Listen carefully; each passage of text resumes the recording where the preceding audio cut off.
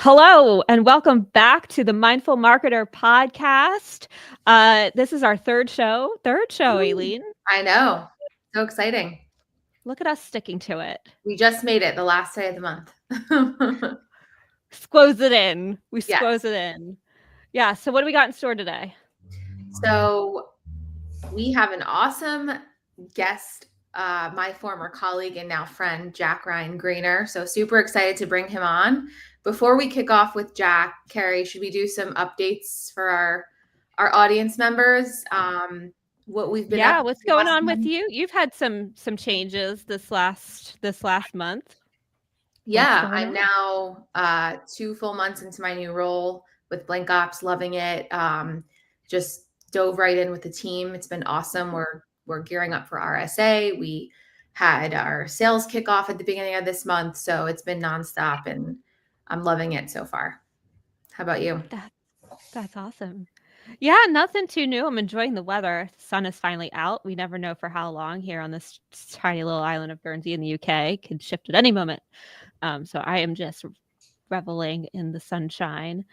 Um, in terms of MKG is keeping on keeping on. We just brought on a few new clients, which is exciting. I'm doing more website development, which I just have really loved. I figured out a workflow um, that encompasses Tailwind UI and ChatGPT, and now I can just like really spend my time on the messaging piece and less on the coding of it and making sure it's all wired up and works.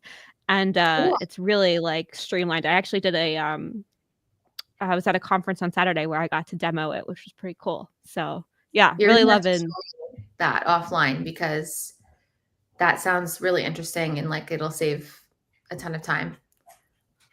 It's pretty magical. Yeah, yeah. I'm building landing pages in like 20 minutes. What? Mm-hmm. All right, we're Mm-hmm. gonna need to maybe do an episode around this. This sounds awesome. Is pretty rad. Yeah. How about you, Jack? Welcome to our little new look of the world here. What's new and going on with you? Well, I just want to call this out. Aileen called me by my full name, which I think was an Yeah, emotional moment for me. I haven't gone by my full name in almost 5 years, it feels like. So it was surreal to hear that out loud. And looking forward to this chat today, and at the same time, also starting a new role tomorrow. So big week for everyone here. yeah, and that like I didn't even know you were starting a new role when I reached out, so that was a serendipity, a moment of serendipity. I was like, perfect, you can come on and share and tell us about your new role and what you're excited about. But before we like dive in, I just wanted to introduce kind of the discussion, what we'll be talking to Jack about today, and just kind of having open conversation, open dialogue on. So, go to market success, startup success. So Jack represents the sales side of the go to market, startup go to market. He was my counterpart at Viso Trust. So we got to work together for a whole 3 weeks, which we'll talk about, which is really exciting. But obviously, we connected right away and got, had great rapport and got off to a great start and wish that we had more time together. So we're going to talk about go to market startup success and hurdles, right? What comes with that, ups and downs, layoffs. Jack is a van lifer and a nomad. So, like, he's going to share kind of his journey of working in tech, go to market, being in sales, but also being a digital nomad, which is so cool. I've heard a little bit of his story and I am excited for him to share. And then also navigating, the crazy pressures of go to market with navigating a disability. He'll touch a little bit on that. So he just has a really awesome story and interesting life. So he came to mind as when Carrie and I were ideating who to bring on. So really excited to bring Jack on. So Jack, I'm going to hand it over to you to just give an introduction, some background on yourself, things like how you got started in tech sales, whatever you're open on sharing about your story, and then you can tell us a little bit about your new role. Cool. Yeah. Let's dive in. So Jack Ryan Greener, famously named after the Tom Clancy character, Jack Ryan, my first two names, and then obviously my last name, family name. So I've spanned the gamut, so to speak, of the go-to-market org. I've done junior SDRing. I started cold calling when I was probably 14, 15. That's how it was explained to me how to get roles by my family, who is a sales family. Mom is a VP of sales of 18, 19 years. Dad built the franchise program at Intuit / TurboTax over 20 years. And then my brother is a global sales manager at Pax8. And my stepmom is a general manager on the software engineering side at an enterprise car collision company. So I grew up around tech. I grew up around SaaS. I famously like to joke that our dinner table conversations were about deals and acquisitions and all that fun stuff.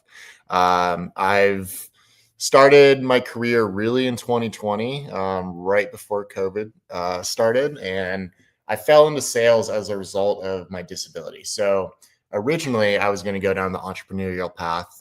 My intention in undergrad was focused around surf tourism and sustainability. I spent my entire college career in Central America as well as Mexico, teaching surf professionally, doing marketing, Facebook ads, that sort of thing.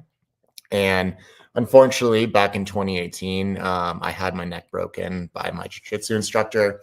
And that resulted in this long-winded journey that I'm still on, where that left me permanently disabled. So, I fell back into sales in 2020, as I said, was an enterprise SDR at Matillion, working in data engineering at ETL.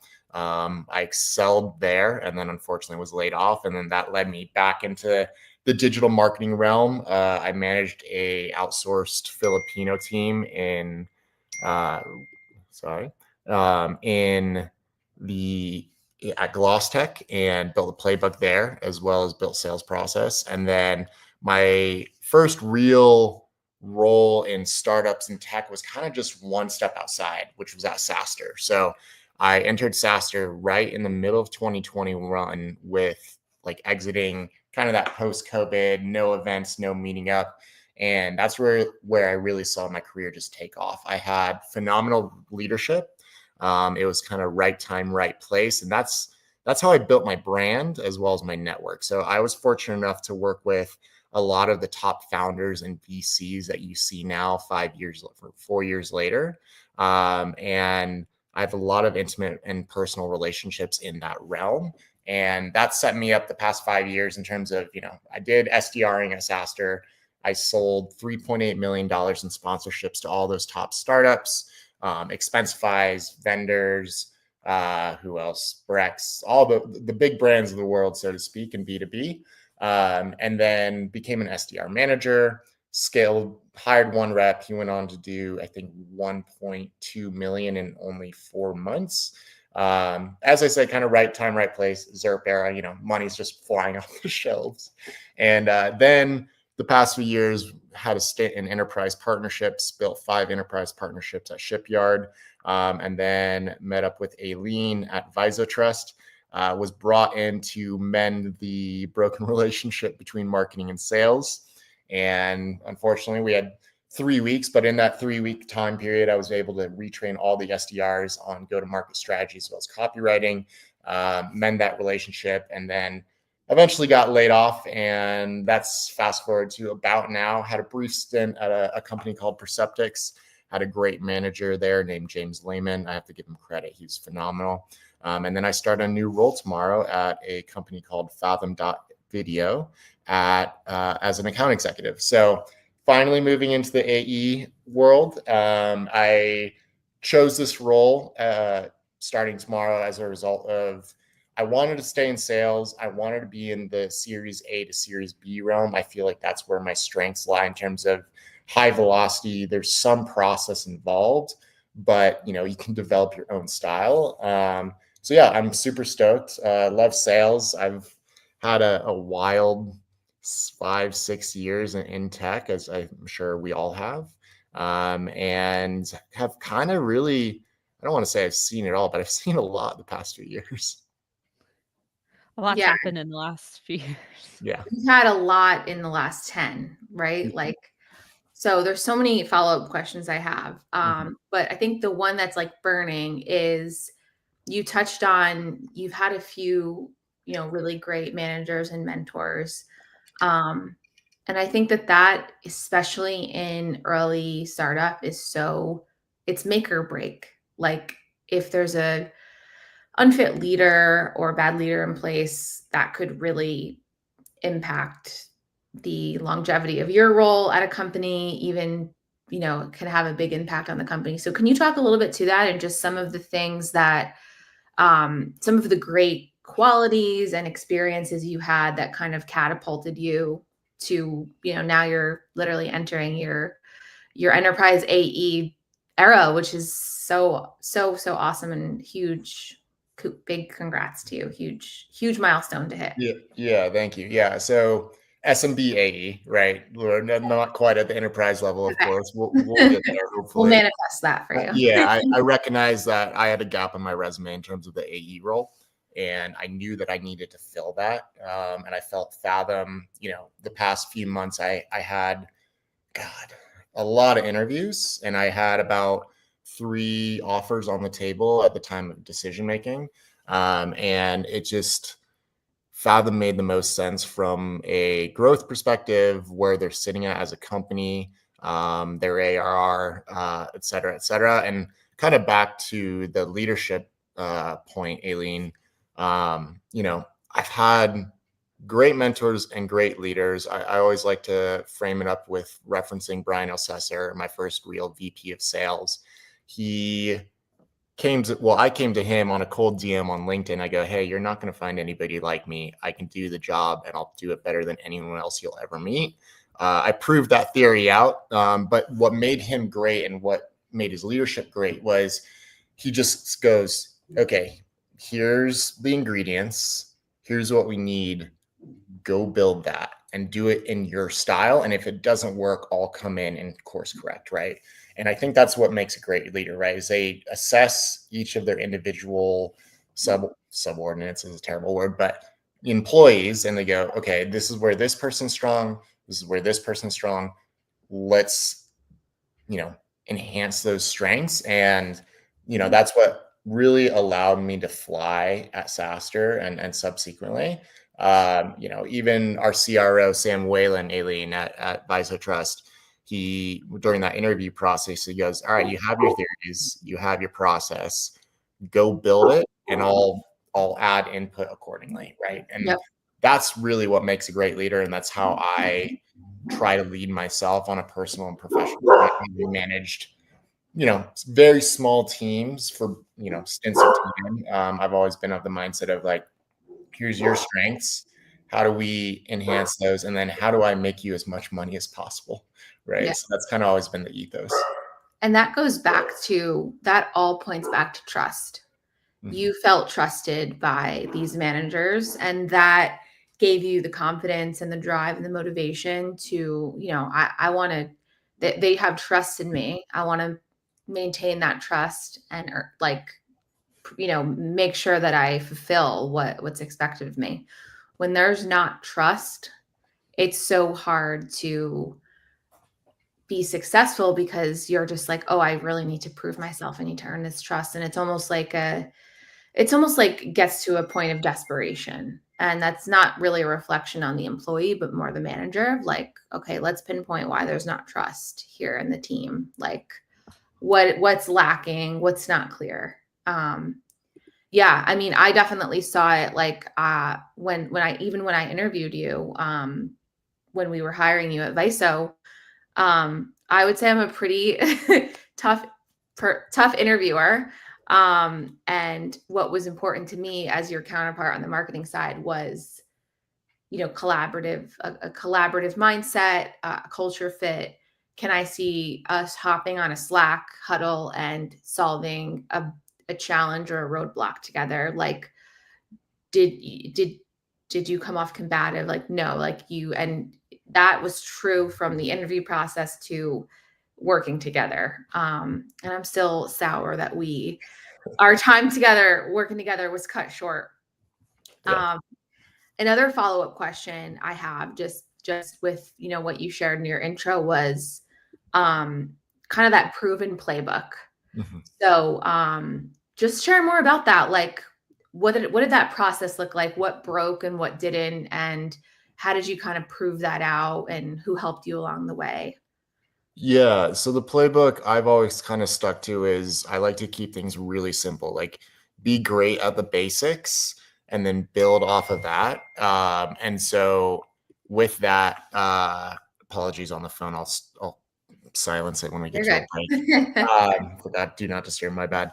That said, yeah, just keep things really simple, right? So it all comes down to how good is your copy, how good is your frameworks for cold calling, and then building off of that and reiterating and hypothesizing, right? So I always come in with the hypothesis, whether it's in the interview process, the outbound process, or the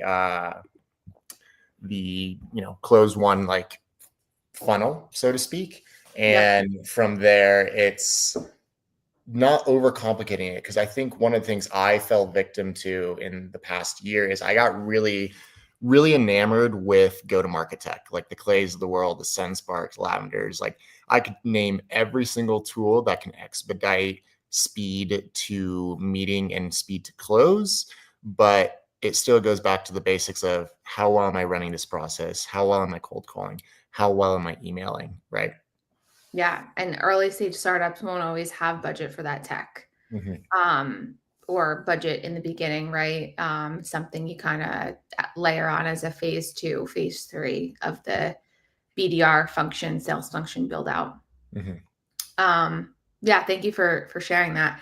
So I want to transition a little, and Carrie, just chime in if anything comes to mind that you want to ask Jack.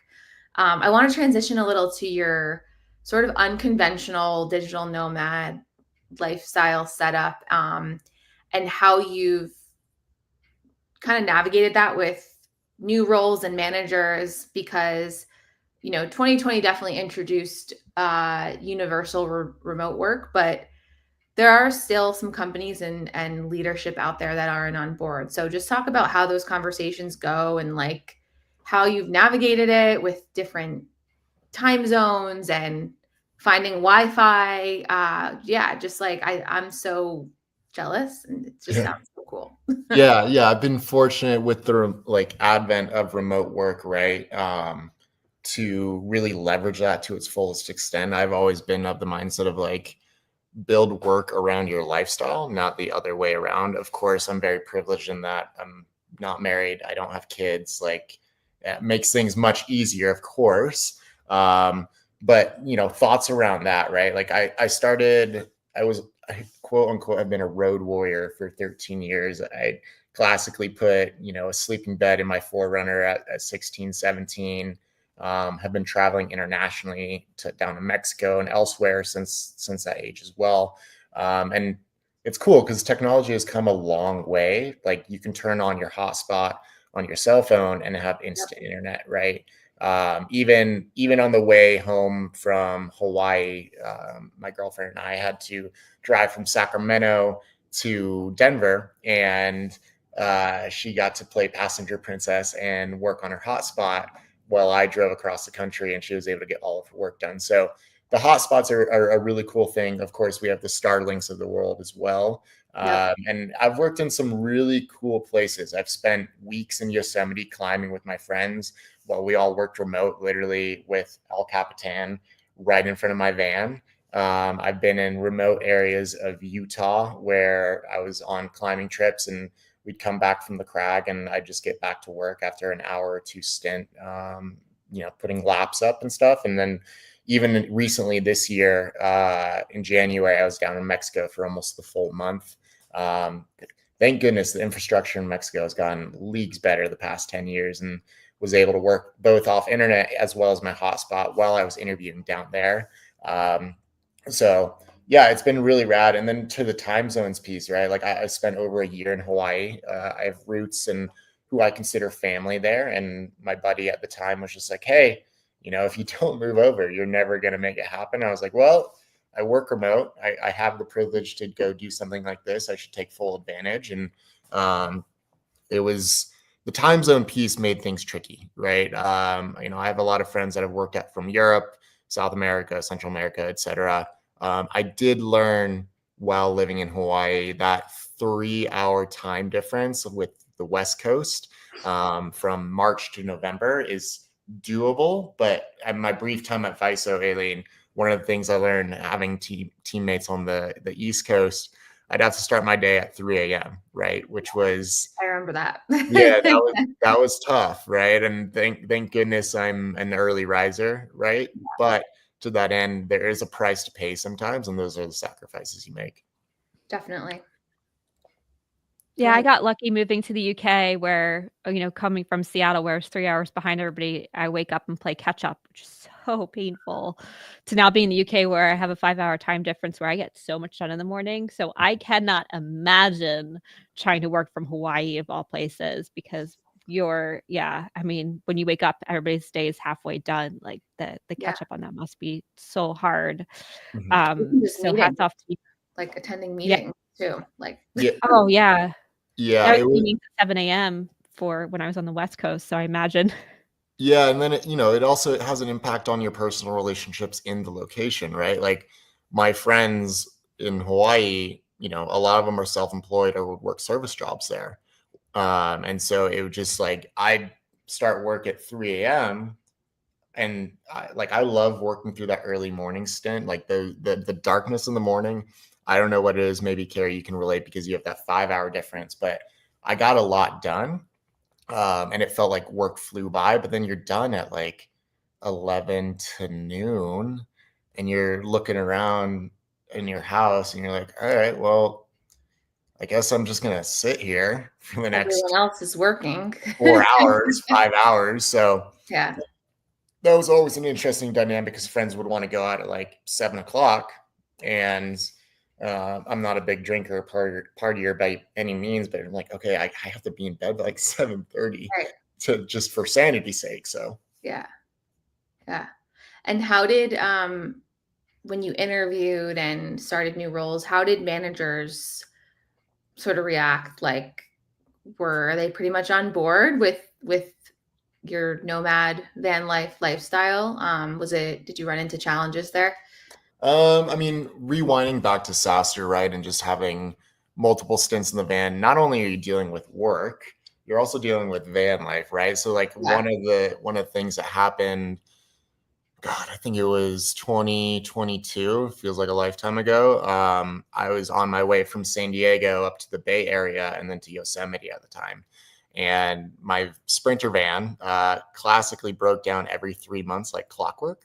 And so I was driving from San Diego to San Luis Obispo and was driving after work. And I heard a loud pop and hiss around 7 o'clock at night. And I was just thinking, I was like, the only Mercedes-Benz dealership in this area is in Slow.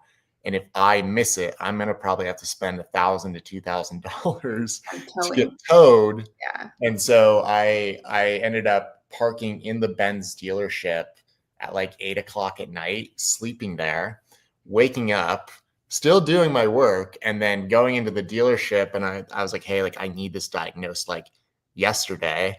I have a lot of work going on. What can you guys do for me? And they're like, we can't get you in for 2 weeks. I go, no, you need to get me in like today. Oh my God. And I stood there until they took me. And then they did the diagnosis, and I had a blown turbo, which I don't know if y'all are familiar with cars or Mercedes, but turbos blowing are usually a $7,000 to $10,000 expense. And so I had all my work gear in a backpack. I had my bike in the back of the van, and I slacked my GM at the time. And I go, hey, van's broken down. My work's done for the day. I need to bike like 3 or 4 miles to the train station. I'll work on the train on the way back down. So I dropped the van. I called my dad, and thankfully my dad lives about a mile from the train station in San Diego. And I go, hey, like, I know I just left the house. I need to come home. And he goes, why do you need to come home? You just you just freaking left. Like, what's going on? And I go, the van's broken down again. He goes, really? I go, it's really bad this time. He goes, no. okay. And so I cycled from the Benz dealership into downtown SLO, booked a train ticket, took the most beautiful train ride. I don't know if anyone's done the Amtrak here, but the Amtrak, the Amtrak from SLO to San Diego is one of the most beautiful train rides because it's all undeveloped land, which is very rare in California. And I worked from the train for 3.5 hours all the way back down to Solana Beach. And you're constantly rolling with the punches when you're doing the van life nomad lifestyle. And everything sorted itself. But I think what really mattered in like a moment like that was I was already performing. Exactly. So there's no question from a managerial perspective or an executive perspective of, oh, he's not going to get his job done. And I think that's also one of the benefits of sales, right? You do get to dictate your schedule based off your performance. Of course, you're always beholden to the myriad of Zoom calls that come in. Right. But, in that instance, I was like, all right, I've already had my 2 or 3 calls this morning. It's really just admin and quiet outbound work on the email and LinkedIn front. I can make this happen. So I was already performing, and it never was a question. Now, fast forward when I wanted to move to Hawaii, there's always politics around Hawaii, right? It's the tax situation involved there. It's the optics, right? Of like Hawaii, it's island time. Everyone's behind. Everyone doesn't really care about work, right? Like career's not really a thing there. And so when I openly share, I'm like, oh, I live in Hawaii. Like, I have a place here. I have friends here and stuff.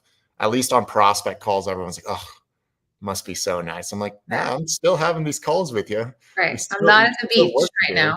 No, I'm not at the beach. Like, I love going to the beach. Don't get me wrong, but there's still a job to do here. And so I think in this modern workforce, right, especially with all the RTO policy coming into effect, there's a lot of trust involved from a management and executive perspective. And you have to prove that through performance, right? Like in starting this new role tomorrow, right? Like I don't have a portfolio of work with this company, or I don't have a proof of, hey, I've done X, Y, and Z. You don't need to worry about this.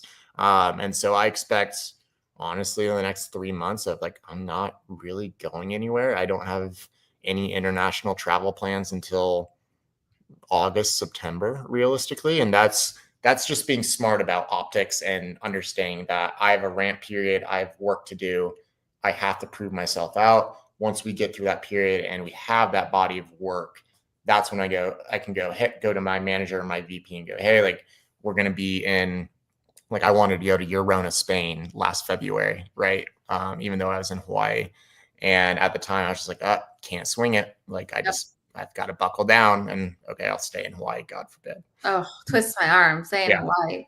Yeah. Yep. It really does go back to trust. I've had, I'm not a nomad, but I have family in Florida and friends that live all over the country. And I feel like I've developed really great rapport with managers as well. Like I get my shit done. Like I overachieve, outperform. I'm going to work from my sister's house for the week or my friend's house in Texas or Nashville or whatever. And as long as you get your shit done, like even when I manage people, like you have, the freedom. But that sense of trust is there. And if that's there, like that motivates, that's a motivator for people. Cause it's like, okay, if I overachieve, I get to do my hobbies more or, wrap up work an hour earlier to go to a show or something. So, I think COVID pushed, more acceptance of that. It seems like we're going backwards a little, but I think the millennial generation we've helped foster more of that, like work life. I don't want to call it balance, but integration. And I'm going to sneeze really quick. 1 sec. I will say at my company, we've been remote since way before COVID. When we first started in 2011, we've always been remote. And one of the things that we always said when we hired people was it was about consistency. So because we're a collaborative company and we all work together and our work overlaps and one person impacts another, we have to know when you're available. And so I don't care what your hours are. When I moved to the UK, my hours were 12 to 5, and then I would take a break for family time, and then 8 to 10. That's moved because my kids got older and they don't go to bed at 8 o'clock like they used to, unfortunately. But it was establishing that consistency and showing up for the team on a regular basis between those hours and building that trust, like we're all saying. And same for them. Some people start, even though they live on the West Coast, they start East Coast time and they're on at 7 a.m. and they get off at 3. Like, that's awesome. And I love that for them. And so we don't care what your hours are. We care that your work gets done. And you just need to be consistent so we can plan accordingly, was always sort of our drumbeat too. So this whole needing to go back to work thing, be in the office so that we can make sure you're getting work done. There's way too many tools and processes and systems that you can build that negate that, and that those days just need to be over. Agreed. Like you spend more time commuting when you could just open your laptop and start work from your desk, your dining room table, whatever. Yeah. Okay. So I want to shift a little bit. This is the Mindful Marketer podcast, right?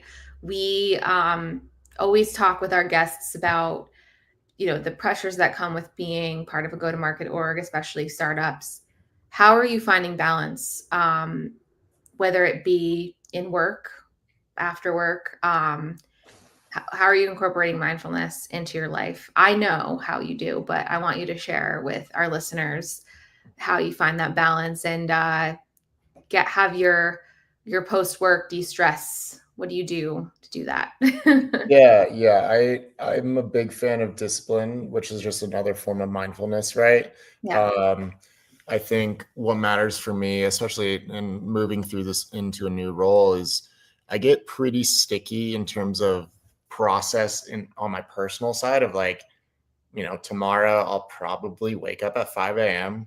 I'll be in the gym by 6. I don't have anything till 9, of course, but it's just getting that work. For me, it's getting the workout done, handling the disability related things, which does take me an hour and a half in the morning, just due to my body.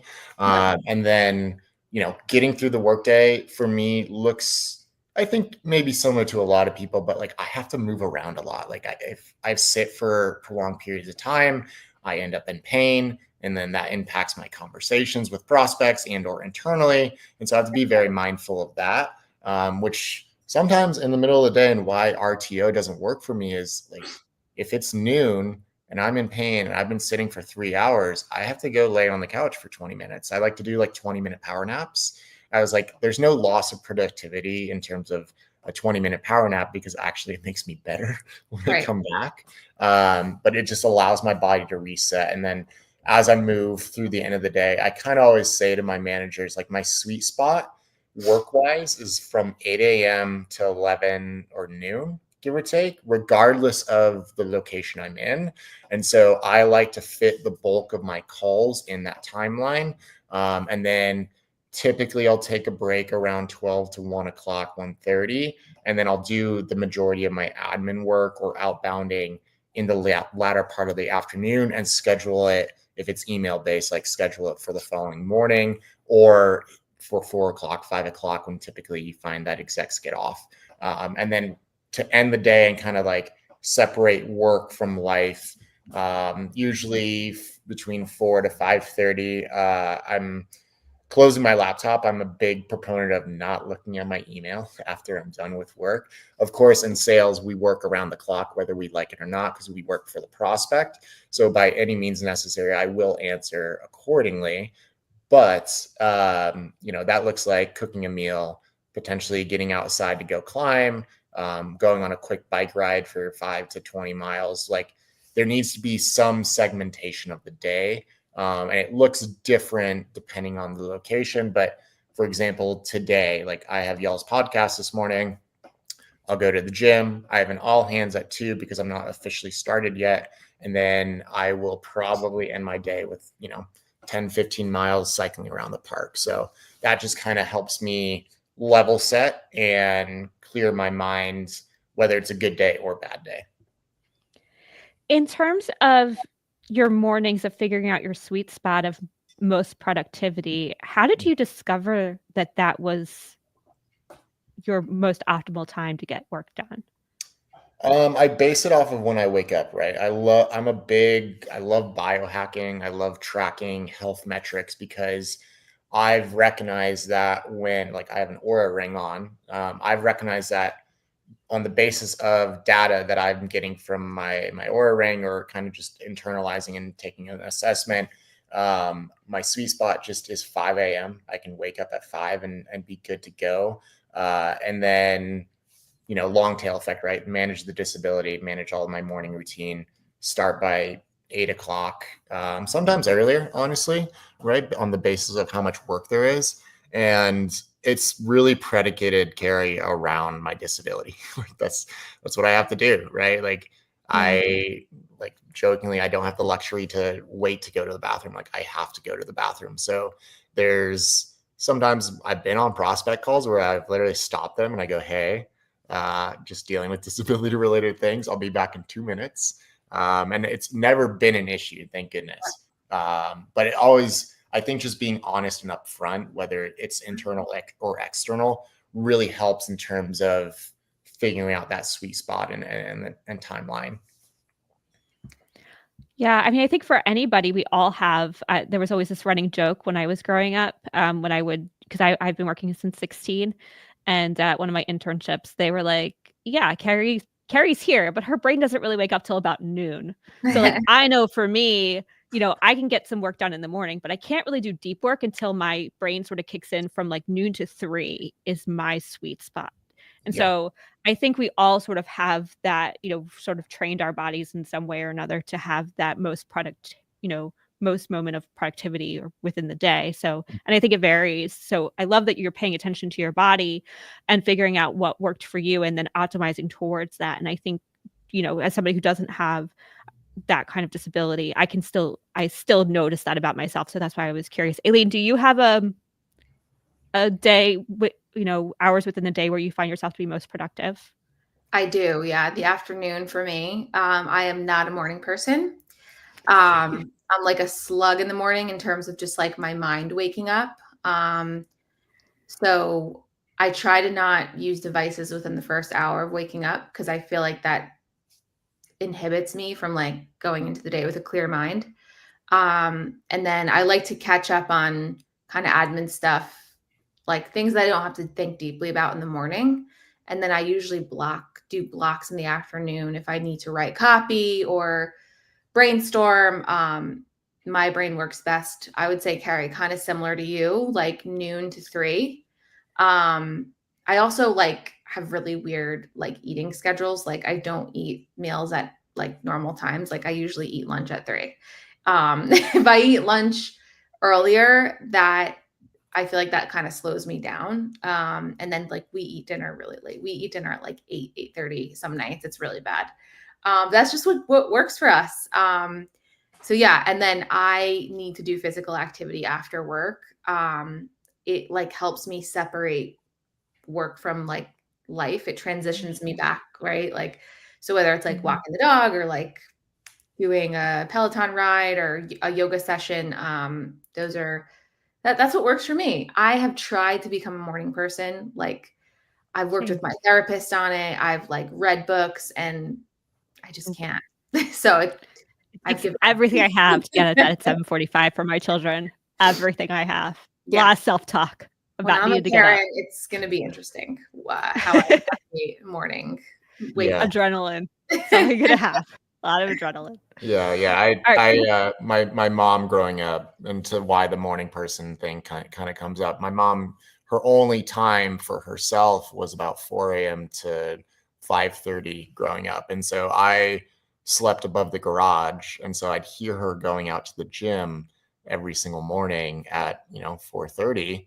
And I guess it brainwashed me to really enjoy that hour. Yeah. Because all through high school, I'd even go to the gym during that time. Even through college, I'd go to the gym during that time. So I think I just luckily got brainwashed to be a morning person is the only explanation I have. I want that so bad. Like I'm jealous because I want more time before I start work. So yeah, anyway, but to keep going, because we're talking and time is continuing to run. I don't want to go over our hour. We're going to transition to the conversation around layoffs. I've discussed my experience a lot with Carrie on her podcast and on this podcast. Just kind of navigating that. Whatever you're comfortable sharing, a layoff it's a huge shakeup to not only your career, but I took it really personally. It really shook me and affected me and my performance in interviews and my confidence. So would love to understand whatever you're comfortable sharing, how you navigate that emotional roller coaster. You're on the other side of it, which is amazing. Right. Yeah. So the layoff piece, right? We take an inherent risk when we enter into the realm of startups, right? I didn't understand this back in 2020, but 5 years on, I know this very intimately. And so I've gone through 2 official layoffs. The third one, when I was a partnerships manager, I ironically got put on a performance improvement plan, which for a pre-revenue partnerships role was particularly interesting. What I didn't know at the time was I was being gaslit to be pushed out because the company ceased to exist 2 months later. Yeah. So I just got scapegoated at the time. Yeah. As it pertains to just startups in general, and I'll reference VisoTrust, I think the number one thing people can do is vet their founders and back channel as much as possible. And even then, you can still get screwed over. That's just the risk we play, right? That's the workforce we navigate in 2025. And I did extensive vetting on VisoTrust at the time, and was essentially lied to by the founders there, and very unfortunate. And I have a bit of a chip on my shoulder around that, and I've had to navigate that in the interview process subsequently of addressing that and getting called out for it. And I go, hey, at some point, I'm a big proponent of ownership. Like, I'll own what I can, right? I can tell you where I messed up or where I could have been better, but there's a certain point where it's not your fault. Yep. And it's okay to point the finger back upstream and be like, hey, this is your fault. You need to be, I get that you're never actually going to be held responsible, but you need to be held responsible in this singular moment. And let's call a spade a spade. And if you fucked up, you fucked up, right? Because as the employee, right, we're the ones that get screwed. Right. We're dealing with the repercussions, and there's also a stigma.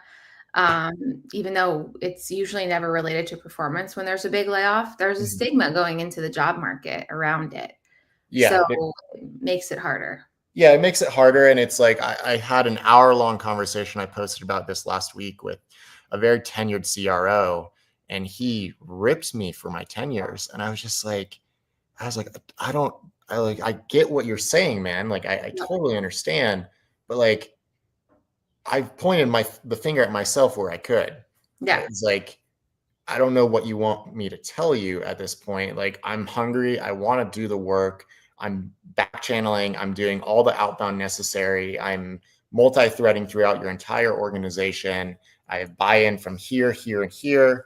And still, that was one of those roles that really kind of shook me to my core, where I was just dude, you're 30 years on in your career. I'm candidly 5 years in, right? And I've only known instability, right? Yeah. So I'm rolling with the punches here. I get it. I've had a 2-ish year stint, and that was my most successful stint. But I'm hungry to make another stint here. And at the time, I was that's how I see this opportunity. I see this as a win.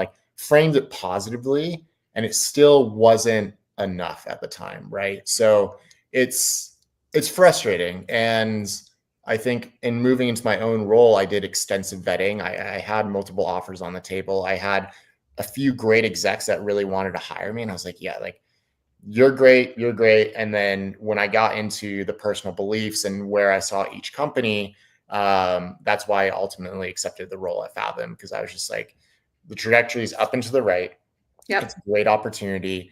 The numbers are there. They're not hiding anything, right? Yep. I think something that a lot of people forget, and this is a privilege that I had seeing this at SaaStr, of like understanding the back end numbers from a VC perspective, and going, okay, to validate my salary, like Viso Trust, Aileen, I had a 150K salary. I go, I need to validate this salary and basically 4 to 5 exit in terms of return from an SDR org perspective. So how am I going to get to that number? And then, that's what led to the subsequent offer. But a lot of people don't know those back-end numbers, ARR, MRR, et cetera, and how that translates downstream to the individual employee. So that's something I've spent 5 years learning the hard way.